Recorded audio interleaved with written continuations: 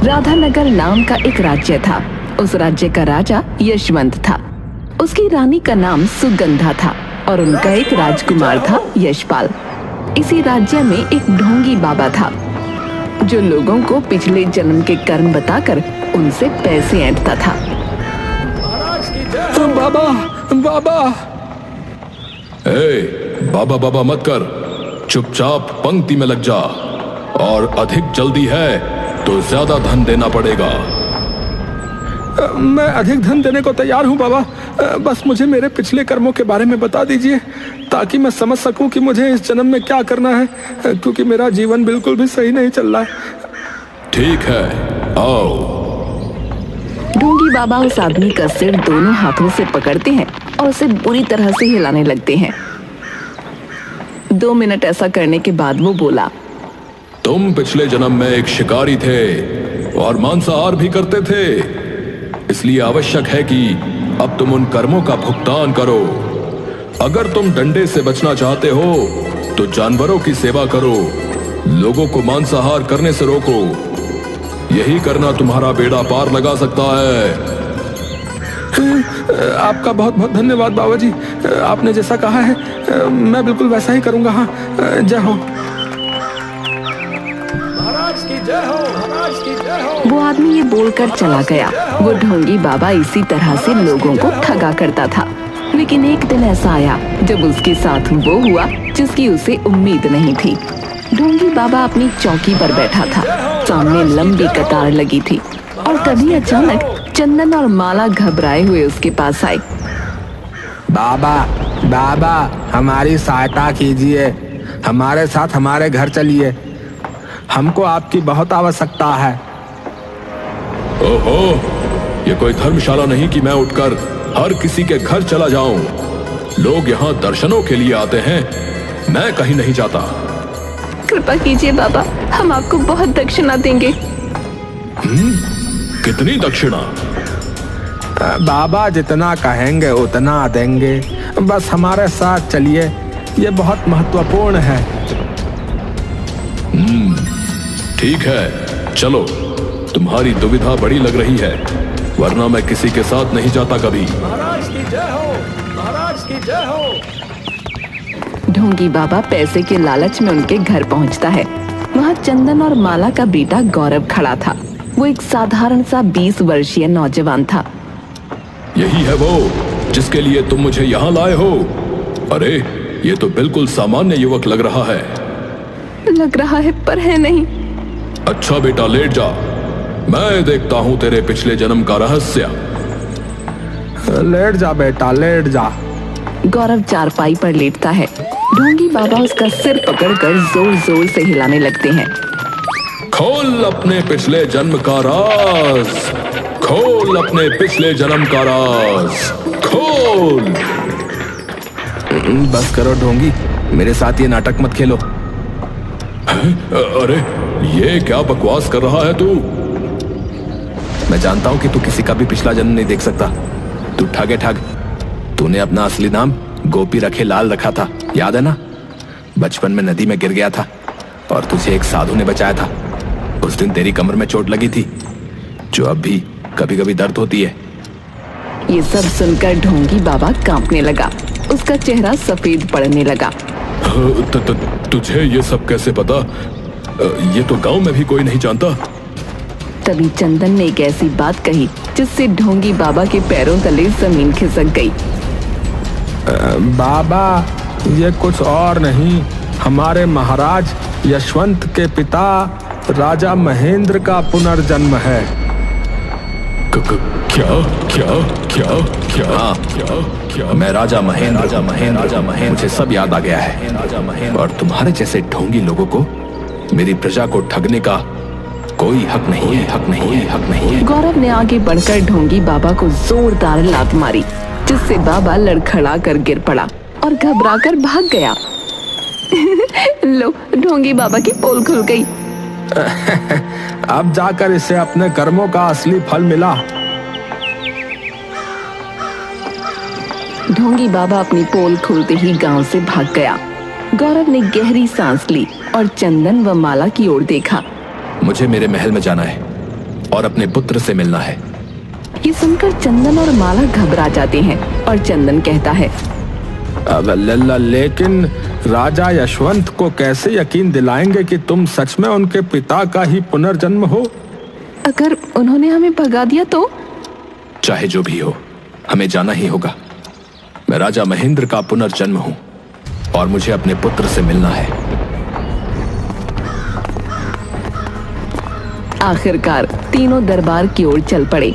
भारी महल के दरवाजों के बाहर खड़े सैनिकों ने उन्हें रोक लिया, लेकिन चंदन ने किसी तरह राजा से मिलने की गुजारिश की। कुछ देर बाद उन्हें दरबार में प्रवेश मिल गया। राजा यशवंत अपने सिंहासन पर बैठा था। रानी सुगंधा और राजकुमार यशपाल भी पास ही बैठे थे।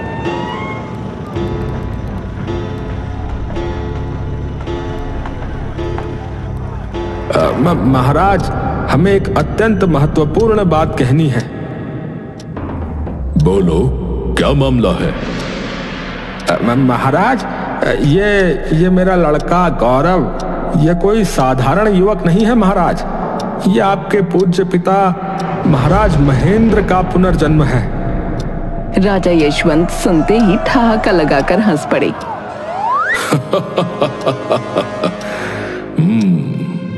वैसे ये कैसी अजीब सी बात है, मेरे पिता का पुनर्जन्म?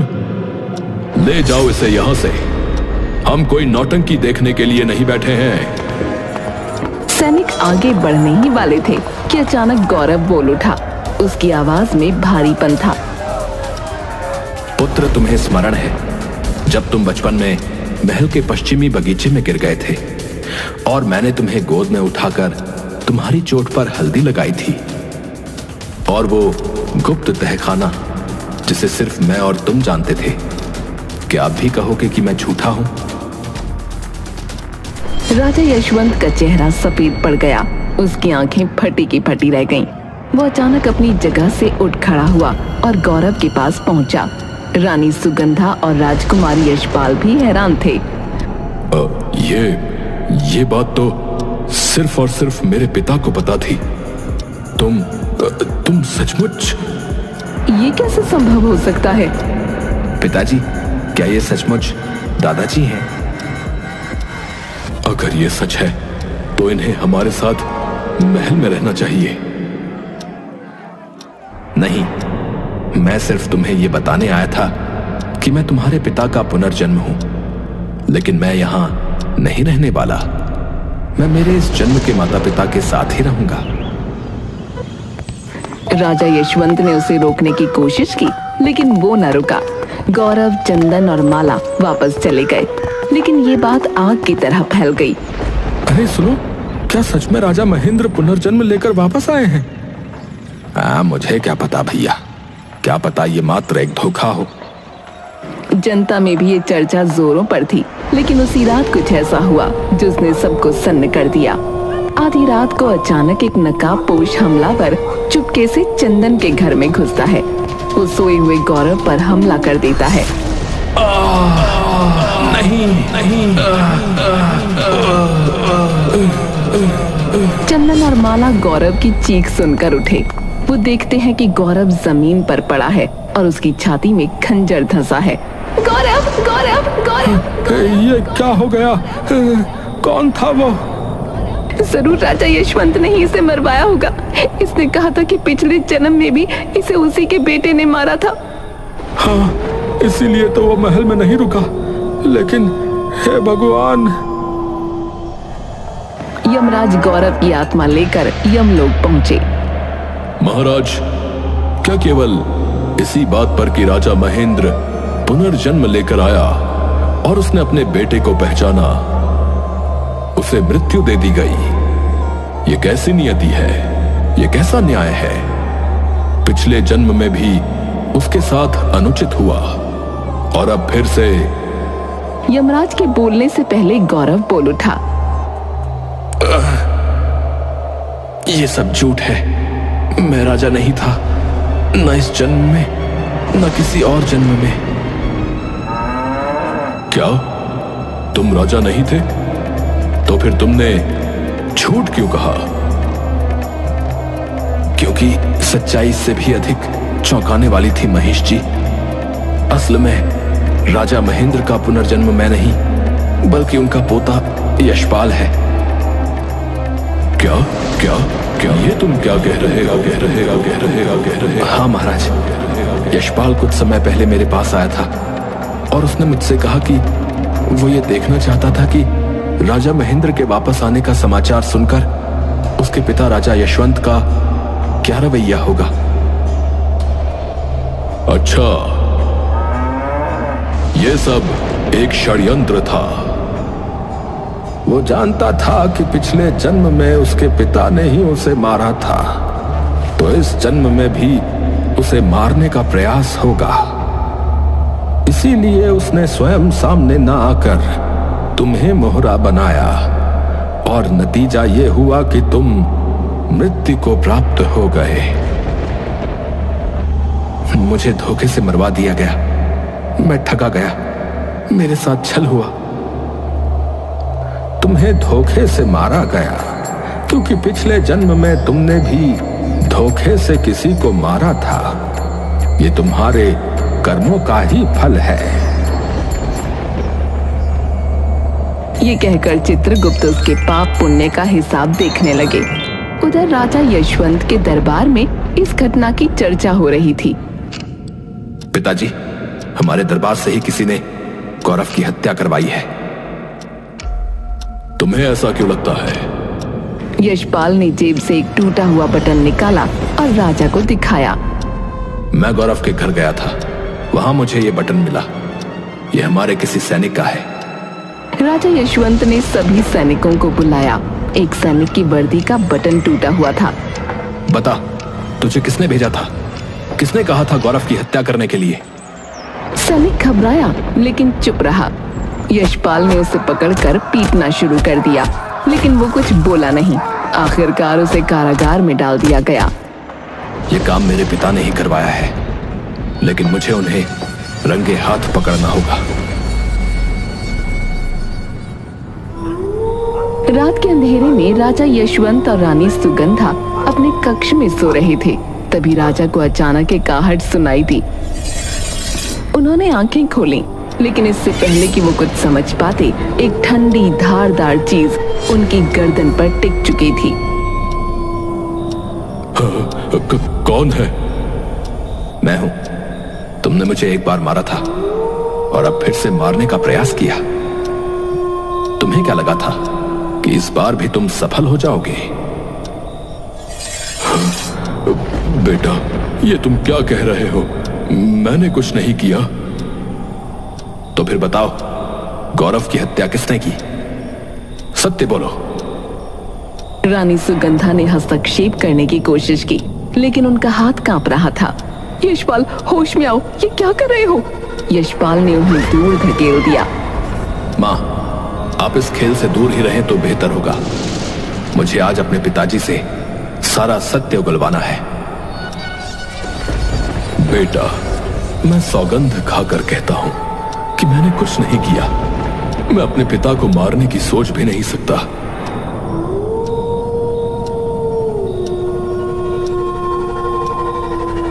यशपाल और यशवंत के बीच ये तीखी बहस चल ही रही थी कि अचानक पीछे से किसी ने यशपाल को पकड़ लिया और चाकू उसकी गर्दन पर रख दिया। ये क्या? ये क्या? जैसे ही उसने मुड़कर देखा, उसकी सांसें थम गईं। ये उसकी अपनी माँ रानी सुगंधा थी, जिसने उसे कसकर पकड़ रखा था। रानी सुगंधा की आंखों में नफरत थी, जो यशपाल ने पहले कभी न देखी थी। राजा महेंद्र को जहर तुम्हारे पिता ने नहीं, मैंने दिया था, क्योंकि मैं राजकुमारी नहीं, रानी बनना चाहती थी। क्या क्या क्या तुमने मेरे पिता को मारा? हाँ, और सिर्फ वही नहीं, मैंने ही गौरव को मरवाया। और अगर मुझे पता होता कि तुम ही राजा महेंद्र का पुनर्जन्म हो, तो मैं तुम्हें अपनी कोख में ही मार डालती। यशपाल और यशवंत दोनों ही आश्चर्यचकित थे। महल के खंभों तक ने जैसे सुगंधा की इन बातों को सुनकर कांपना शुरू कर दिया। तभी अचानक एक बिजली कड़की और उसी के तेज प्रकाश में महिष पर सवार यमराज प्रकट हुए। यमराज, आप किसे लेने आए हैं? ये मैं नहीं बता सकता यशपाल। स्थिति जिस ओर मुड़ेगी वैसा ही होगा। यशपाल के माथे पर पसीना छलक आया। तभी उसने एकदम से सुगंधा की मुट्ठी ढीली पड़ती देखी और झपट कर अपना चाकू वापस पकड़ लिया। मैं तुम्हें नहीं छोड़ूंगा रानी सुगंधा। लेकिन जैसे ही उसने चाकू उठाया और सुगंधा की तरफ बढ़ा, उसके कदम रुक गए। उसकी आंखों में पानी आ गया। नहीं, मैं तुम्हें नहीं मार सकता। तुम मेरी मां हो। आत्मसमर्पण कर दो। पर सुगंधा के चेहरे पर कोई पछतावा नहीं था।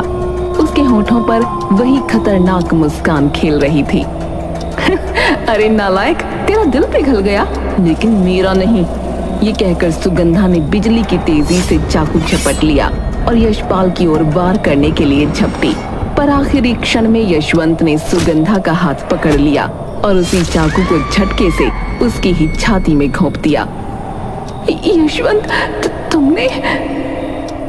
तुमने हमें धोखा दिया सुगंधा। तुमने राजमहल की जड़ों में ही विष घोल दिया। क्यों किया तुमने ऐसा? क्यों? सुगंधा ने हाँफते हुए यशवंत का चेहरा देखा, फिर उसकी आंखें स्थिर हो गईं। उसका शरीर निढाल होकर जमीन पर गिर पड़ा। मैं सुगंधा को ही लेने आया था। उसका समय पूर्ण हो चुका था।